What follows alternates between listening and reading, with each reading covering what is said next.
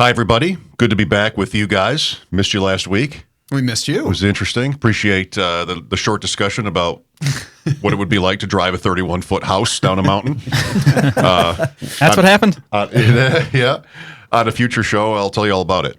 Mike Shope with Adam Krautwurst from the Deep End. Also, of course, Matt Schauf and Jared Smola, the Draft Sharks Roundtable, again with you today. We are very close to the regular season, so Jared and I were talking walking in.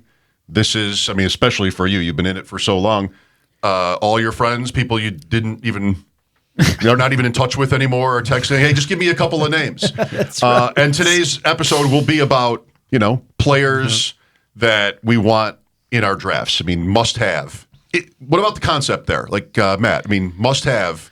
How seriously do you want to sort of use that term or think of that term? It's evolved for me over the years, and it's evolved as I've been drafting more teams in different formats. So I want to start off today by saying nobody is a must-have for me, and I think that is probably the biggest mistake that you can make in any draft is when you head in saying, I've got to have this guy, because then if it's a running back who's normally going late in round 2, and all of a sudden running backs get pushed up in this draft, and you have to take him at the end of round 1 if you want him, then that's a mistake. You don't just chase somebody wherever they're going to have to get them. So for me, a must-have is relative to value, and that's, throughout the draft. And Adam, that point times whatever when you're drafting all the time, right? Like you don't want to have all your teams have the same players on them, right?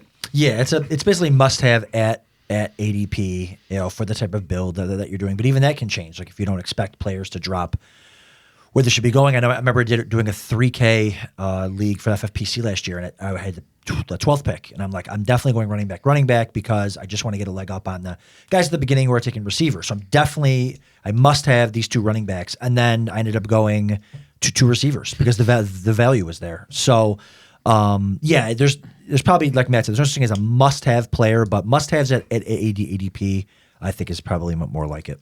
Jared, I mean, much respect. I heard you on Monday say you watched at least half of every NFL preseason game. Very impressive. It wasn't fun. That is hot. That is hot. You come away with some must-haves from that particular research? Yeah, I mean, what I want to say is, to me, must-haves and league winners is sort of interchangeable. That's how I think about it. I say this all the time. We spend hundreds of hours every offseason ranking and talking about like every fantasy relevant player, but fantasy leagues very often come down to, did you have these like 2 or 3 guys, right? Mm-hmm. Last year, did you have Cooper Kupp, Jonathan Taylor, Leonard Fournette? Like if you had one of those guys, you had a good chance to win. If you had 2 of them, you probably won your league. So we do all this talking, but it's often, did you draft that 1 or 2 or 3 guys that you ended up tilting fantasy leagues? Mm-hmm. Well, let's get into it. Our favorites. We want to thank our host, RockVox Recording and Production of Rochester, New York, professional podcast, voiceover, and live stream studios and production services. Check them out at rockvox.com. These are ordered by ADP, and the first name on the list is a Draft Sharks special, Saquon Barkley.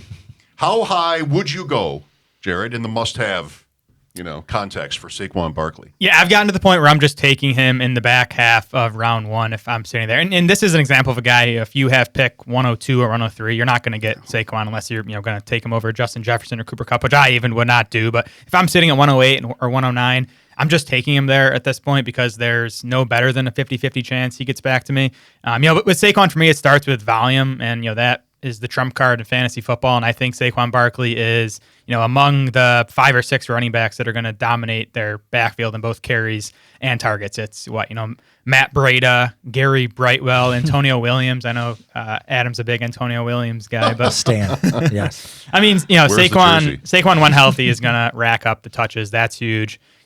He was an elite prospect. We can laugh now. He was the 2nd overall pick of his draft, which, even at that point, people weren't like, it's super crazy. Guys were like, you probably shouldn't have gone that high. Well, and the criticism at that point specifically was, why did they take him instead of Sam Darnold? That one's worked out so far. Saquon's still just 25 years old. Entering year 5, the aging curves we looked into for our dynasty rankings this offseason say that running backs still produce 97% of peak production in year 5. So I'm not worried about, Saquon's age. Not worried about the health. I mean, these 2 years removed from the ACL now. The ankle injury last year was totally fluky. That's behind him. I like the coaching upgrade he's getting with Brian Dable. I think, we've heard this in training camp. He's going to do a better job getting Saquon the ball out in space where he's at his best. Even the O-line, I think, is going to be a bit better. We had Dan Schneier on our podcast, and he was, basically confirmed that the run blocking has been better in camp than it has been the past few years. So everything to me is coming together for Saquon. To me, he should be the 7th player off the board. I think Christian McCaffrey, Jonathan Taylor, Kupp, Jefferson, Chase, Eckler. To me, Saquon Barkley is the number 7 player in fantasy drafts. That was the most attractive thing about Saquon Barkley back when he was going early round 3, then late round 2, was that this is where he belonged all along. So, there have been lots of players through the years where as we get closer to draft day or closer to the regular season, they climb. And I'm like, oh, sorry, I got some of you. I'm not chasing you. I'm chasing Saquon Barkley to just the same range as you. I think once we get into the end of round 1, Stephon Diggs might be the only guy that I'm taking ahead of Barkley. And in that case, it's because the other running backs that are likely there, I'm okay with getting whichever one gets back to me around that turn early in round 2. Adam goes to Kentucky. The running line this year has been, I'm never getting Saquon Barkley. Adam is always there to say, I'm never getting Saquon Barkley. The first morning you're in Kentucky, signing up, registering for one of these drafts out there, sends me a picture of a guy wearing a deep end shirt with the line, I'm never getting Saquon Barkley. That's right. Ever. Yeah, no, Saquon Barkley's been good to us so far in the 3rd round, 2nd round, but now we got to take him in the 1st, and I'm fine with it, like Jared said. He's my RB4, and I'm willing to take him anywhere after Eckler. And even like if I'm not getting the shares that I want of him, I'll take him over Eckler just to have him. But his upside is the number 1 running back off the board. I mean, even narrative streaks, playing for a contract.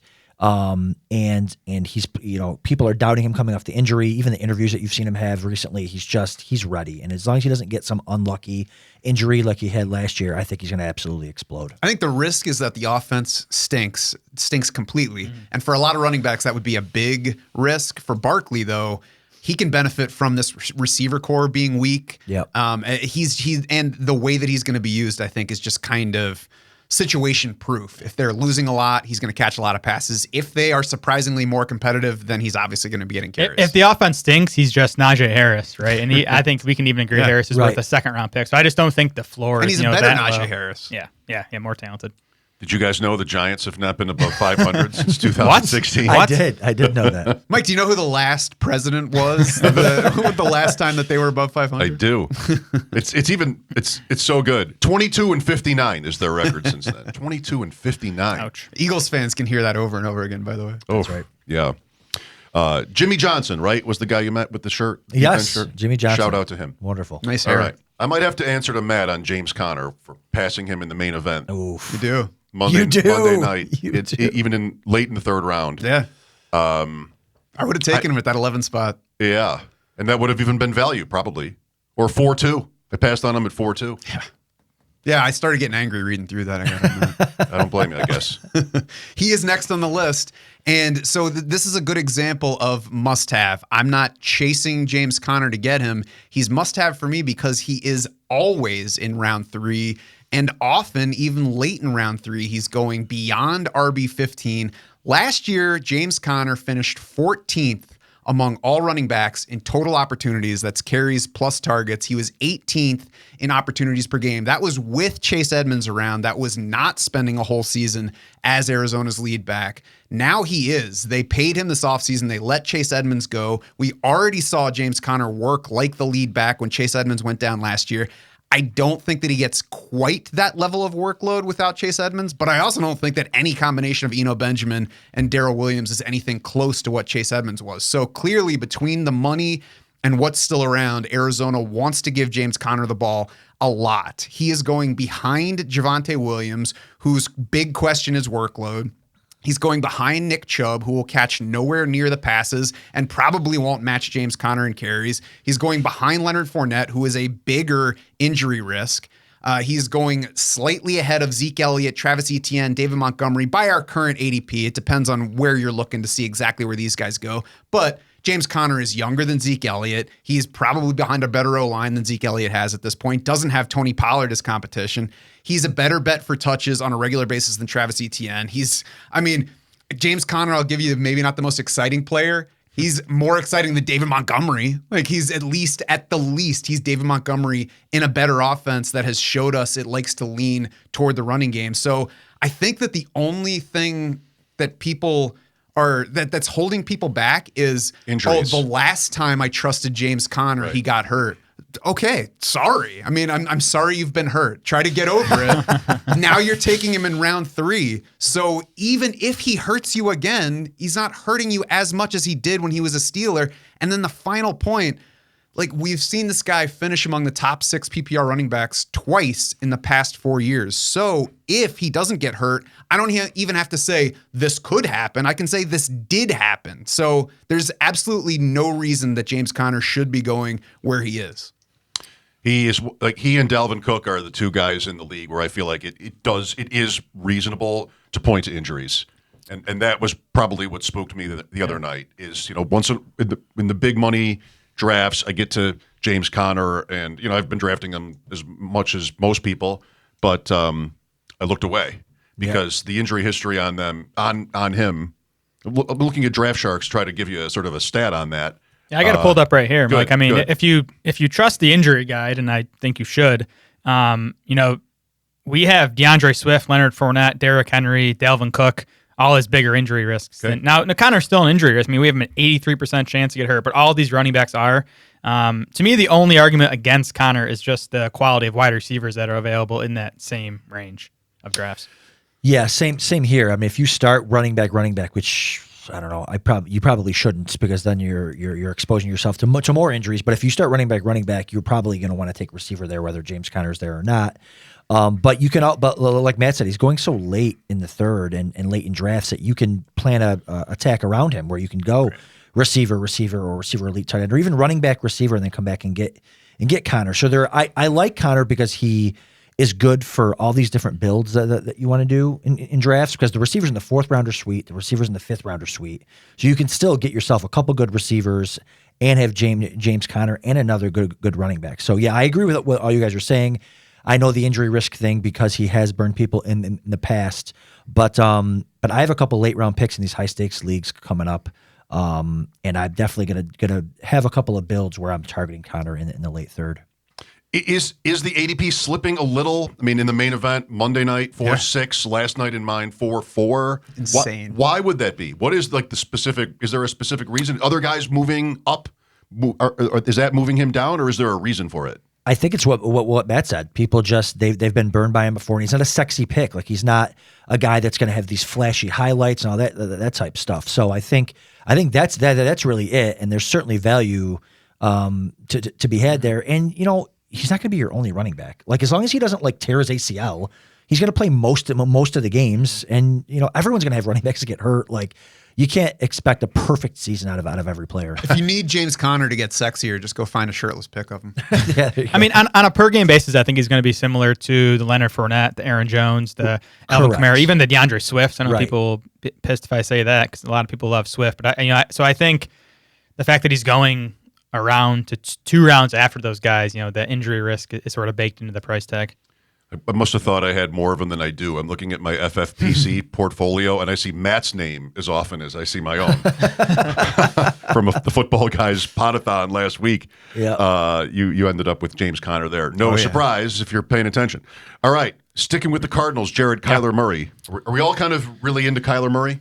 Yes. I think Matt's the low guy, so maybe he can rebut this. I'm not against him, though. Yeah, I mean, so for me, it starts with a philosophical thing. Like, I want an elite quarterback. I talked about that on the Perfect Draft podcast. I just think the quarterback landscape has changed over the past 5 or so years, and we just have these handful of guys who are both elite runners and really good passers. And Murray, I think, is one of those guys. We know about the rushing production. Only Lamar Jackson and Josh Allen have scored more rushing fantasy points among quarterbacks over the past 3 seasons. But Murray has also developed into, one of the league's best passers. Last year, he was top 8 in completion rate, adjusted completion rate, yards per attempt, adjusted yards per attempt, PFF passing grade, top 8 in all those marks. I love the Marquise Brown edition. I think it gives Murray the best deep threat he's had as a pro. We know about the college connection between those 2 guys. Murray was pumped when they traded for Marquise Brown. He's going to get DeAndre Hopkins back for the final 2/3 of the season. I know Adam's going to love this too. The playoff schedule. Adam loves talking about playoff schedules. So if you make it there with Murray, I think he can be someone who wins championships. He goes at Denver, should be a shootout as long as the weather holds up. Home for Tampa Bay, shootout in climate controlled conditions, and then at Atlanta, bad defense in the dome. So good playoff schedule for Murray. And the last reason I love him, the price tag. He goes in round like 6 or 7. I just think the opportunity cost is not that high there. If you want Josh Allen, you have to take him over, DJ Moore or James Conner. If you want even like Justin Herbert, you got to take him over Allen Robinson, Jalen Waddle, those quality wide receivers. But with Murray in round 6 or 7, like to me, the wide receiver quality has dropped off at that point. Running backs are all kind of the same for the next few rounds. So Murray is, clearly, I think, my top target in that round 6-7 range. Yeah, I think the only way that Jared and I differ is Kyler Murray is a bit more of a specific target for Jared, whereas he's one of the I'll take whichever of the top 6 quarterbacks get to this point. That's fair. Adam?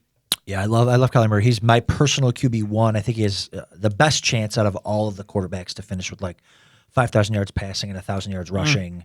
Tons of talent around him.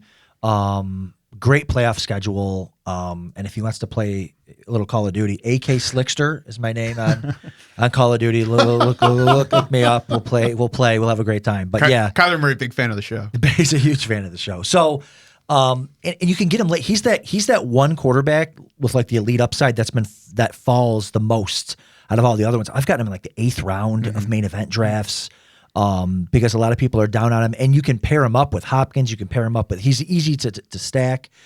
So I love everything about it. Let me just say the one thing where I want to pull back the reins on Kyler Murray is because you said the 1,000 yards rushing. I know that's, the wildest dreams, everything goes right. But I think he's much more of a 500-yard guy because last year he lost 2 carries per game off of the previous year's number, and last year's number was much closer to his rookie year number. So I think he's more of a 6 carry a game guy than an 8+ carry a game guy, which he was in between that year that he had 11 rushing touchdowns and over 800 yards. I think if that's what you're looking for from him, that you're going to be disappointed. But if you expect more like the maybe 500 yards, maybe 4 or 5 touchdowns, which is still good. Yeah. And, I absolutely agree with the overall upside to lead the position, but I wouldn't bet on rushing numbers like 2020. Yeah, of course. I think 500 yards is a good baseline projection, but I think he's capable of getting close to 1,000 because I think he's that good of a runner. I think if Arizona lets him do that, I just don't think that's there. I don't think that's in the plans for either of them this year. I think if he gets that many runs, it's because the O-line sucks this year, and that's not going to be a good situation for him. He also, despite being a smaller guy, they use him a ton around the goal line. I think behind Josh Allen, Murray, led quarterbacks and carries inside the 10, carries inside the 5 last year. I was going to bring up that point too. You can stack guys like Murray with their running back, like James Conner. Like you can go get Conner in the 4th, Murray in the 7th, and now you're going to get every rushing touchdown basically from that team. So those are kind of sneaky stacks you can do too. Sneaky snacks are things that we like. Someone's hungry. Delicious. Trying to figure out how he had 7 yards receiving last year without a catch. Ooh, interesting. The game against the Colts late in the season, he's got 7 receiving yards without a Was it a batted pass that he caught? Batted pass and he caught and ran. Does that count as a catch? I don't know. It should. We're going to go with that. No one else threw a pass in that game for We're going to Arizona. say it was a Komoko Toure batted pass that he grabbed and ran for 7 yards. Batted pass? He's only 5'6". I can't imagine him getting a batted pass. It is written. Okay. Jerry Jeudy, Adam. Interesting guy to talk about. I don't think we've really done a lot of talking about Jerry Jeudy over the course of the year. Sutton has been more front and center, I would say, post the Russell Wilson trade. But Jeudy is a must-have for you. Yeah, I think it's a mistake to put Sutton up as high as he's been going. And Jeudy, Judy's a must-have when all these guys take all my favorite players. So I have to say somebody. But also, sometimes you don't realize that they're a must-have until you're drafting. You're like, oh man, I keep taking this guy. He's always there. I was getting him over the weekend in like the late 5th round. So Judy's a guy that I think I think the ADP really should be swapped on Sutton and Jeudy. Jeudy has been a 5-star prospect his whole life. Came out, he was a top 20 draft pick. He was about to break out last year, and he had a high ankle sprain, which is like one of the worst injuries you can absolutely get. And but before that, he was on pace for like 180 receptions and like 2,500 yards. before he had the eye ankle sprain. But in week one. in week one in the third quarter. But when the Giants lost to fall below 500. that's right. Yet again.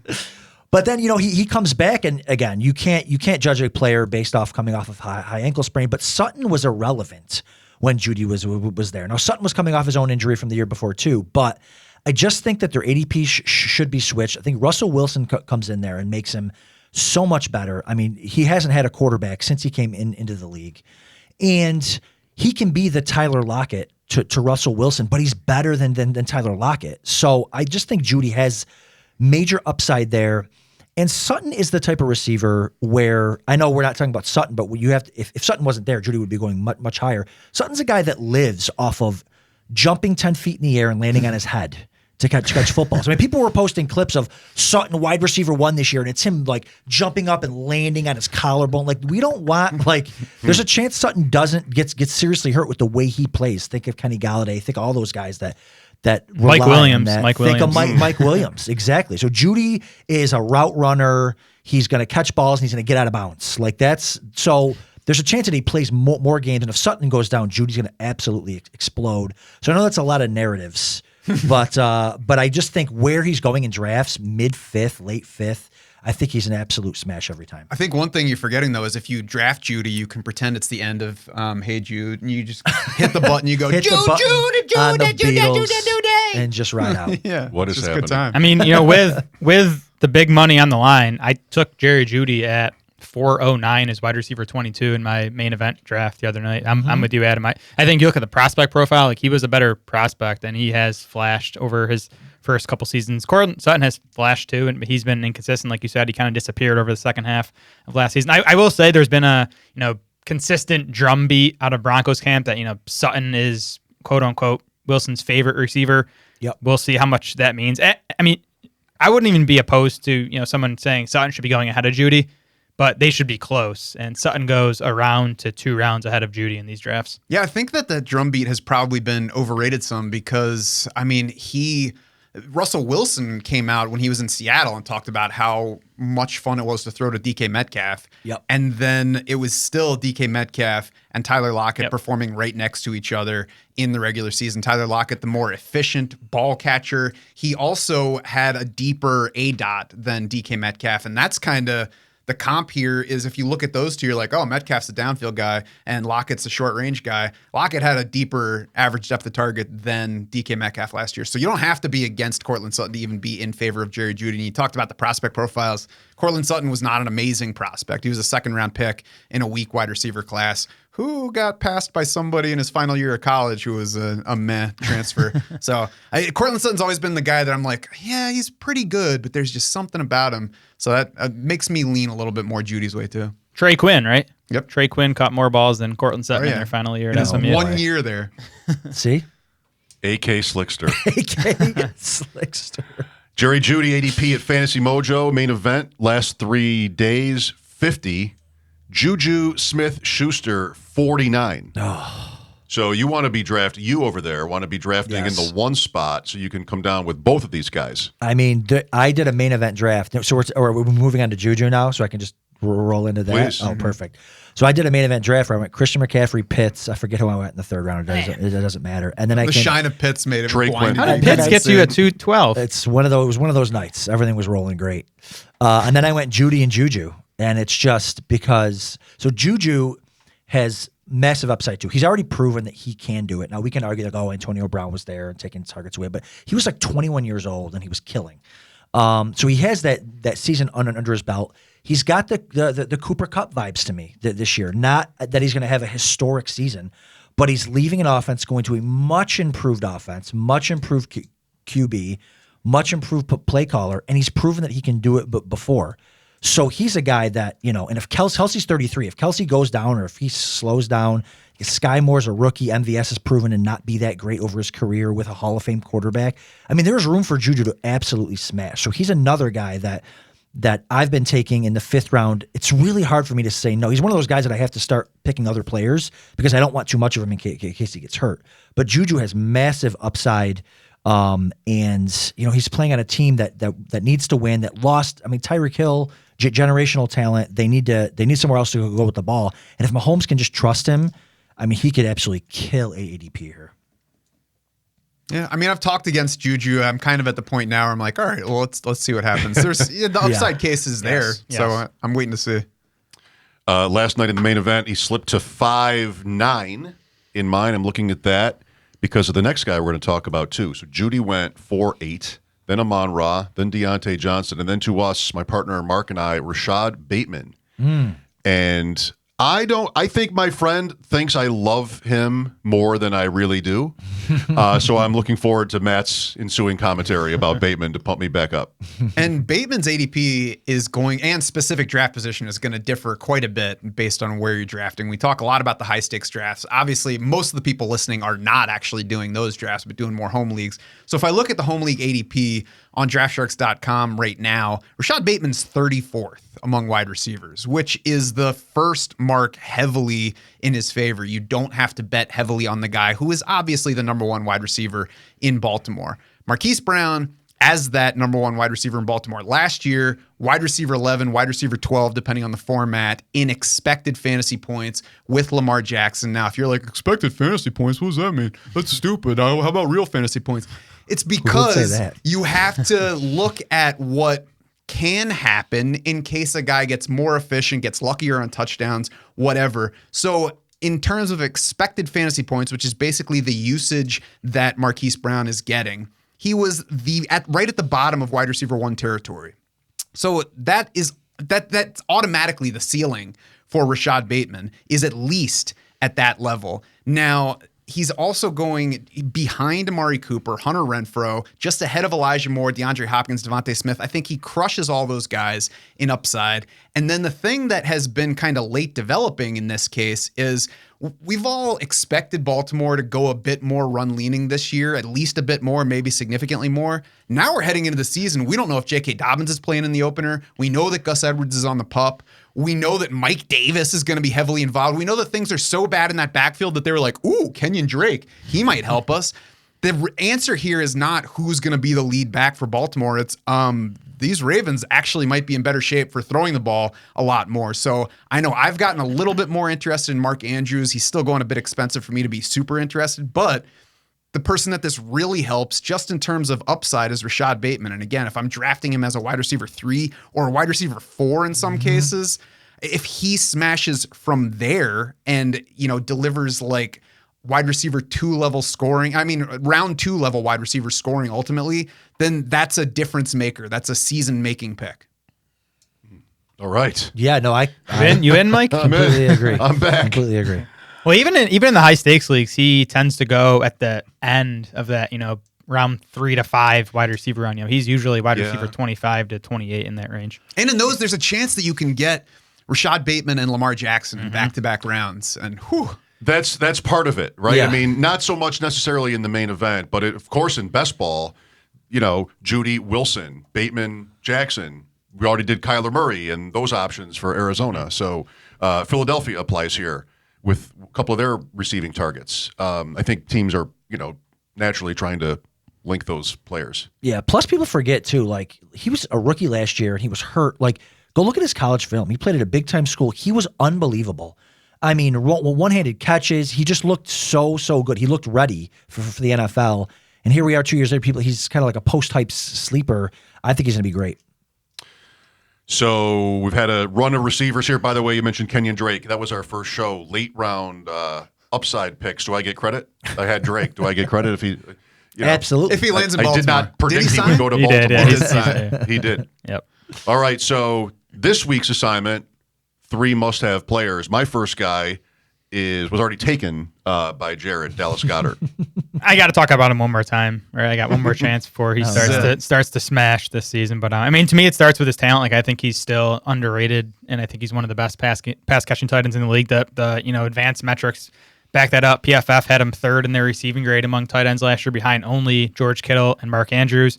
Goedert 2nd in yards per route run last year, behind only George Kittle. So I think he is one of the 5 best pass catching tight ends in the league. Zach Ertz finally out of the way. We waited for it for a few years, and Goedert was the tight end 5 in fantasy after that Zach Ertz trade last season. And that was despite the Eagles being, one of the run heaviest teams in the NFL. They finished dead last in pass attempts last year. So I think that's the concern for people is, what happens to Goedert's volume now that A.J. Brown is there.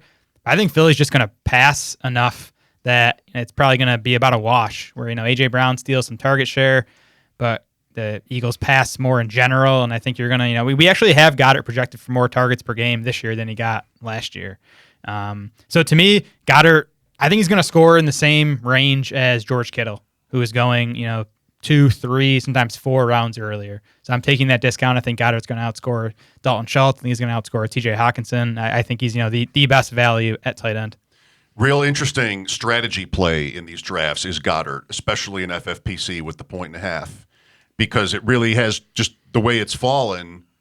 The tight ends everybody wants are going in the back half of the grid. Yes. So with Goedert, like if you're picking early, Goedert or anybody, who do you get? We've talked about this before. Like you don't want to get to Kelsey that early. Round 2, the guys are usually gone, and so on. So I have seen it really messed with my draft on Monday night, Matt. Like Goedert going early 5 or late 4 on that left side of the board, because I thought, usually that would be pretty safe on the right side of the board where I was. It didn't work out that way.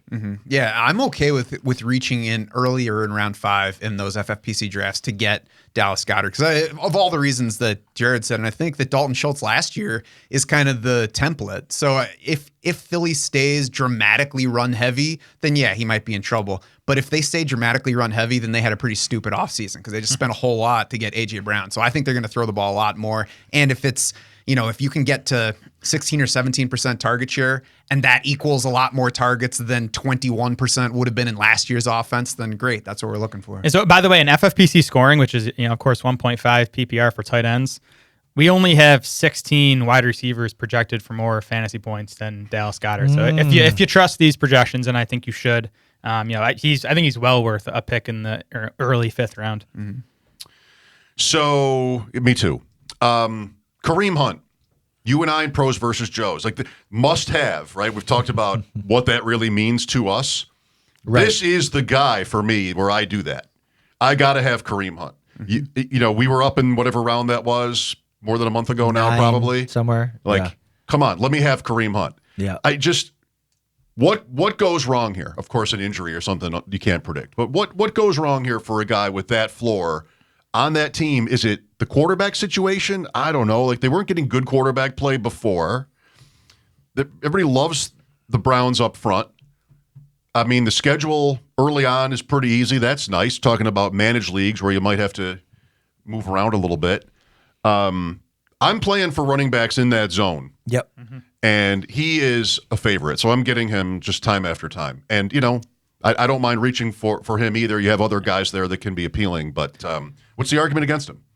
Well, I don't know what the argument is against. I mean, you can make arguments against all those kind of range running backs, but the argument for him is that he's like a cheaper Tony Pollard or he's going to get that standalone value. Absolutely.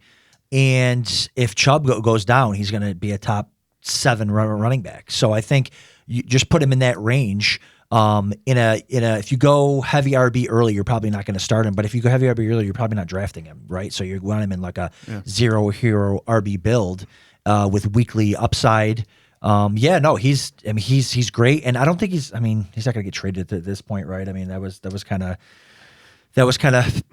past, I think. Although there still is time, I guess. But that would have been nice because there's always that upside too. They trade him somewhere where he becomes a bigger focal point weekly. But yeah, he's also very talented. And there is no goes wrong for him, I don't think. He's going deep in RB3 territory. Right. So if he gets hurt, in week 1, if he gets hurt, you lost what? A running back that you took at the bottom of RB3 territory in round 7 or 8. If that's killing your season, then you were lying to yourself about how your season would have gone otherwise. The other thing that I've liked about Kareem Hunt throughout draft season is that like every possible path for the Browns carries upside for him. When Deshaun Watson is around, maybe they throw the ball more. Great. The offense should be more efficient, more scoring opportunities for everybody. Deshaun Watson's out. Great. Then they're going to have to lean on the backfield more, run the ball more. That's going to be more work for Kareem Hunt. Kareem Hunt gets traded. Great. that means another team really wants Kareem Hunt and probably gives him more touches than the Browns have available with Nick Chubb around. Nick Chubb, stays healthy all season. Okay, that's not the optimal, but we have seen that Kareem Hunt will be significantly involved, like probably more so than Tony Pollard in Dallas, even with a healthy Nick Chubb. If Nick Chubb goes down, then we get the Kareem Hunt ceiling in Cleveland. So it's just like there's no path that's like, I hope that one thing doesn't happen from where he's going. Yeah, there were 5 games last year that Chubb and Hunt were healthy together. Hunt averaged 11 carries and 4.2 targets per game in those 5 games. Like that's startable as an RB3 or flex, right? That's startable. Then you have the RB1 upside if something happens to Chubb. The league is getting smarter on running backs every year. I've never really thought. I mean, nobody's predicting a Hunt trade per se, but like, what were the odds? To me, that was almost no part of the analysis at any point. And here we are, like after cutdown day, and you're seeing, leading up to cutdown day. Oh, Minnesota is taking calls on Alexander Madison. Oh, Buffalo is taking calls on Zach Moss, and these things. Like, those things did not happen. The Ravens sat there, their guys hurt, and they went out and signed a guy who was 9th in the league in rushing 2 years ago, like just for free. So I think fantasy players are getting sharper. NFL teams, I think, are getting sharper. Doesn't mean a trade couldn't happen, but I can't imagine a team trading anything of consequence for a running back and liking it for them, even a guy this good. Yep. So Kareem Hunt, pretty much a must-have for me, yeah. And Rondale Moore is almost as important to me. Just love all of it. Just a wide receiver you can stick in your pocket, I think. So small. The prospect, the quarterback, the opportunity with Hopkins out to start the season, the price. I have lots of Rondale Moore, Adam. Yeah, he's great early on in the season. You compare him up with guys like Jameson Williams. Maybe you get him in the first half. Jameson Williams maybe pops through in the second half. The only thing about him is Hopkins coming back for me. I generally like to draft more for like, hey, at the end of the year I want to be cooking. Whereas if Hopkins comes back and he's fine and Marquise Brown's healthy, I think he struggles to really have a role weeks 14, 15, 16. But you can certainly use him early on, I think. I mean, if they can use him correctly, it's just Marquise Brown and him, and Zach Ertz a little bit in the passing game, and of course James Conner with some checkdowns and stuff. But I think he could have some big games if they use him correctly. They got to get him more down the field. His 8-out last year was horrible. It was like less than a yard. Wasn't it? But listen, if you want to hand him the ball, fine, like whatever. But you got to get the ball in his hands. If they can use him correctly is my sticking point, and I don't believe that Cliff Kingsbury will use him correctly, because look at last year, they didn't. For me, Rondale Moore's fine where he's going. I don't think there's anything big ahead of him because of how much is there, and because I simply don't believe in Cliff Kingsbury optimizing what he has so far. He is saying all the right things. He has been saying all the right things, Jared, this summer about Rondale Moore. We just have to see it. And I know Moore is small, but I don't think he's a gadget guy where he has to be used the right way. I think he can play more just traditional slot receiver and win that way. So I'm less concerned about Kingsbury's inability to use him the right way. I think he can succeed kind of however he's used, as long as he again doesn't have the 1.2 yard 8-out or whatever it was. All right, a couple more. We've heard a lot about Evan Engram. I think I have this summer from Matt, but he's on Adam's list today. Yeah, I was kind of sick of talking about Kyle Pitts as much as I love him, but so I had to put a tight end on this list. But Evan Ingram's a guy where we talked about if we miss out on these tight ends early, and we miss out on, let's say you pass on the elite ones, like, all right, I'm going to go get Dallas Goedert, and then Dallas Goedert goes like, oh, now what do I do? Evan Ingram's the guy that you can get kind of anywhere you want in that range, and he's a guy that you can grab earlier than ADP. He's down in Jacksonville. Head coach Doug Peterson, history with tight ends. That's kind of the big reason why he probably signed there, and a big reason why they wanted him. I think he's still very talented. Had a great rookie year for the Giants. Been injured since. Terrible organization, but only 28 years old. Very, very skilled. As long as he can stay healthy, I think he'll be okay. And the drumbeat there out of camp is that the offense is going to not run through him, but he's going to be a part of the focal point of the offense there. I mean, Christian Kirk, okay, fine. Zay Jones, Etienne, okay. But like Evan Engram could certainly be, he could even be number 2 on the team in targets, which you're crushing ADP because you're probably taking him at like tight end 16 or so. Can they be efficient enough? They should be losing enough. Can they be efficient enough to make that work? Again, at that price, what are you worried about? Sure. Brevin Jordan, by the way, not on our list, but somebody who's moved up in that sort of area right next to Engram on Mojo list. Which I would never. I mean, Evan Engram way higher to me than Brevin Jordan. Yeah, the Jordan. Not to get off topic with Jordan, but I know people like his preseason usage. But Farrah Brown didn't play in the preseason. That's kind of my concern. And Lovie Smith called Brown his quote unquote starting tight end a few weeks ago. I just think he might eat into Brevin Jordan's workload a bit more than what we saw in the preseason. But yeah, Engram is my plan in these drafts if I miss out on the elite guys plus Dallas Goedert. You're just going to wait for Engram at that point. Jalen Warren. I love how far immersed we all are in this. And even like right almost to the very front of the regular season, guys' names come up and you go, who is that? Like that, for me anyway, I don't know about you guys, I guess, but for me, Jalen Warren this week was okay, what is going on here? And I think the next day after I heard that he was going to be the likely number 2 running back on the Steelers, undrafted free agent, played at Utah State, then Oklahoma State. The next day, Najee Harris is talking about a Liz Frank injury. Yeah. With all the volume he got, I mean, everybody seems to expect the Steelers offense to look fundamentally different, but round 20, Jalen Warren, for all the volume that Harris got last year, why not? A lot of guys like that get picked earlier than this guy was, until like a couple days ago wasn't getting picked ever. Mm-hmm. And of course, probably the biggest mark working in his favor is that Benny Snell stinks. Yes. I mean, he started out a meh prospect, and he's gotten worse the past couple of years, and yet he's still the holdover. They even dumped Anthony McFarland at the cutdown line this year, so it looks like the path is there. And yeah, he's the kind of guy that you stash at the end of a best ball draft or the end of a lineup setting draft if you can have the patience to sit on him for a while. But one of those guys that probably most of the people listening right now or doing home league drafts over the next few days are not even aware of at this point. And then when they pop up, if Najee Harris does go down, people are going to be like, oh, crap, I got to get this guy off. Wait a second. Mike's already got him on his roster? How the hell did he know this? Gone. Elijah Mitchell last year was a little bit like that, where in different circumstances, but right up until the drafts, okay, they already drafted Trey Sermon. Why would... Oh, and that happened with Gilds in a main event I was in, where he had drafted Elijah Mitchell when everybody else was talking about whether to spend all your fab money on him. Well, Jalen Warren's interesting too because he is if he is the number 2, he's a handcuff running back where if the 1 goes down, he's going to get all of the touches because that's just what they do. Those are the type of running backs that you want. Now, they probably won't use the running back as much if Najee goes down, but they're a team that uses their running back in that workhorse role, whether they're a good running back or a bad running back. That's who you're going to use. So if Jalen Warren has that upside in him, he's a must-have for handcuffs. 5'8", 215, no idea if he could handle it, but he might get a look at it if things break right. Sure. I got to be honest. I saw this list, and I thought that was Jalen Waddle. I was like, Jalen Warren? Right. I feel like I've already misspoken once up and done that. I don't know if I have, but Jalen Warren. That's right. That's the name on the screen if you're watching. That's what we're talking about. One more, which in Matt's way is 2.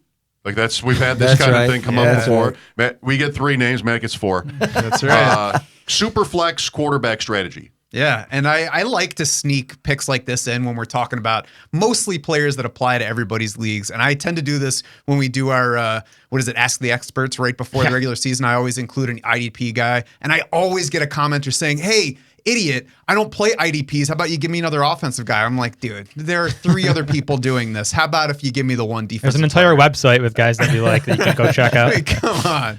So anyway, Superflex, a lot more of it this year. I've been drafting a lot more of it. And I want to talk about these guys, but Trevor Lawrence and Justin Fields, they're just not gotta have them guys in a 1 quarterback league. Because normally I'm just going to draft a quarterback. I might not draft a second at all, especially if we're talking home league level. So they're guys that I like very much that often don't have a spot in 1 quarterback leagues. But if you're playing Superflex, these 2 should be part of your heading into the draft strategy. And that's because both of them are going well beyond where their upside sits. They're quarterback 17 and 18 in ADP right now.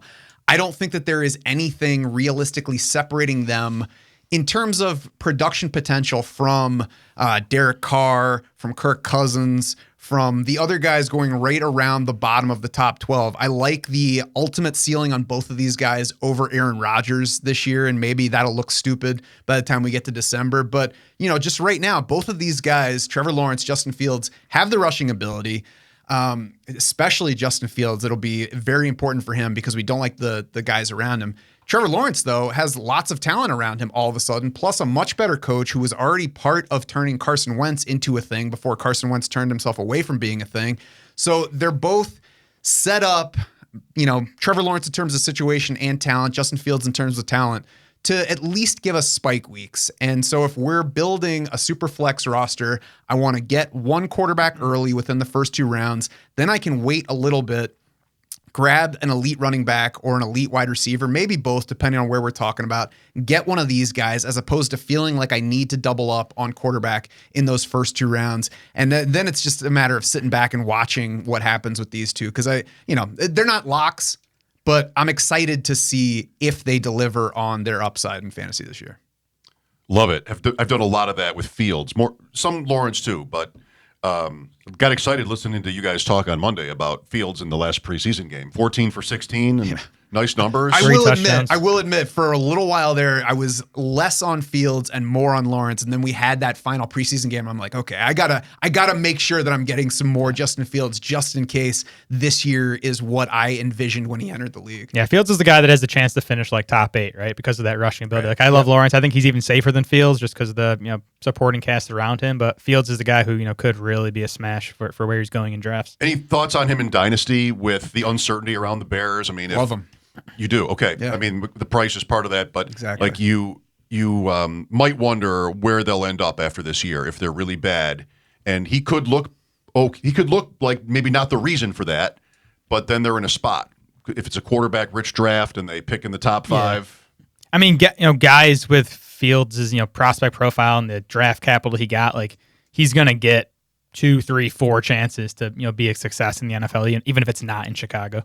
Good. I guess sort of the same argument could be made about Lawrence. Just one of the all-time great prospects, 1 overall. I can't imagine they'd be done with him, even if this year goes badly. He's going to have to screw up for several years. But yeah, I mean, Justin Fields, so like what's the difference between him and Trey Lance? Justin Fields entered the league with a much more proven background of production, much higher level of college, was a more accurate passer, even beyond the basic metrics. They both landed in much different situations, and Dynasty balances that out. Right now, it looks ugly in Chicago. If it still looks this ugly a year or 2 from now, then it's going to be a new coaching staff again. So I think unless Justin Fields unravels, which it doesn't look like he's on the verge of doing, he's at least showed us enough that he remains promising on his own. So I'm going to ignore his situation for now, whereas the market is definitely factoring that in and pushing his price down. So that's why, all told, I love Justin Fields for Dynasty, because a year from now it could be like, why did I worry about the situation instead of just grabbing those 900 rushing yards when they were waiting? Really good. All right. So that's about all the time we have today. Good talk. Tomorrow night, get your rest. Another podathon tomorrow night, Adam, at the Deep End and Draft Sharks. Got to do a napathon in the afternoon. A napathon, then a sounds podathon. good. At least I don't have to go to Kentucky the next day. I can sleep until 6:30 in the morning. So. I have a drive-a-thon coming up right after we wrap up here. But that's we'll be on 7:30, 9, and 10:30 drafts tomorrow night, 3 in a row in the best ball tournament at FFPC. Yep. And so that should be fun. Yeah, everyone hop in. I think our leagues are filled, but feel free to jump. There's leagues. I think those pop off like every hour. I mean, you can draft. You can listen to us and draft in other drafts too. And we're gonna have a bunch of guests on, and we'll post that today. And it's gonna be a really good time. We're gonna learn a lot and try to win. I don't know how much is it. $200K. $200K. And $25 off the entry fee now. That's right. $25 off the entry fee. So read the Shark Bites, baby. No. So what is that? Is that buy 5 get one free? Is that what that is? Sure. Oh wow. What you have time for that at this point? I mean, I am on fumes. I just. In fact, I will also be drafting a main event tomorrow while drafting of course you one will. of these. Yep. So it's the life of. I have a draft tomorrow guy. night at 2, and I haven't figured out what to do about it. Draft it online. What do you mean? We're going to talk about it. What a life for AK Slickster, drafting main events and best ball tournaments. We'll be on that thing tomorrow night, each drafting in it while doing a different draft on your phone. Yes, that's right. I don't know if I'm dog enough for that. What a night. Kyler Murray will be watching. Yes. All right. Thank you, everybody. For Matt, Jared, and Adam, I'm Mike. See you next time.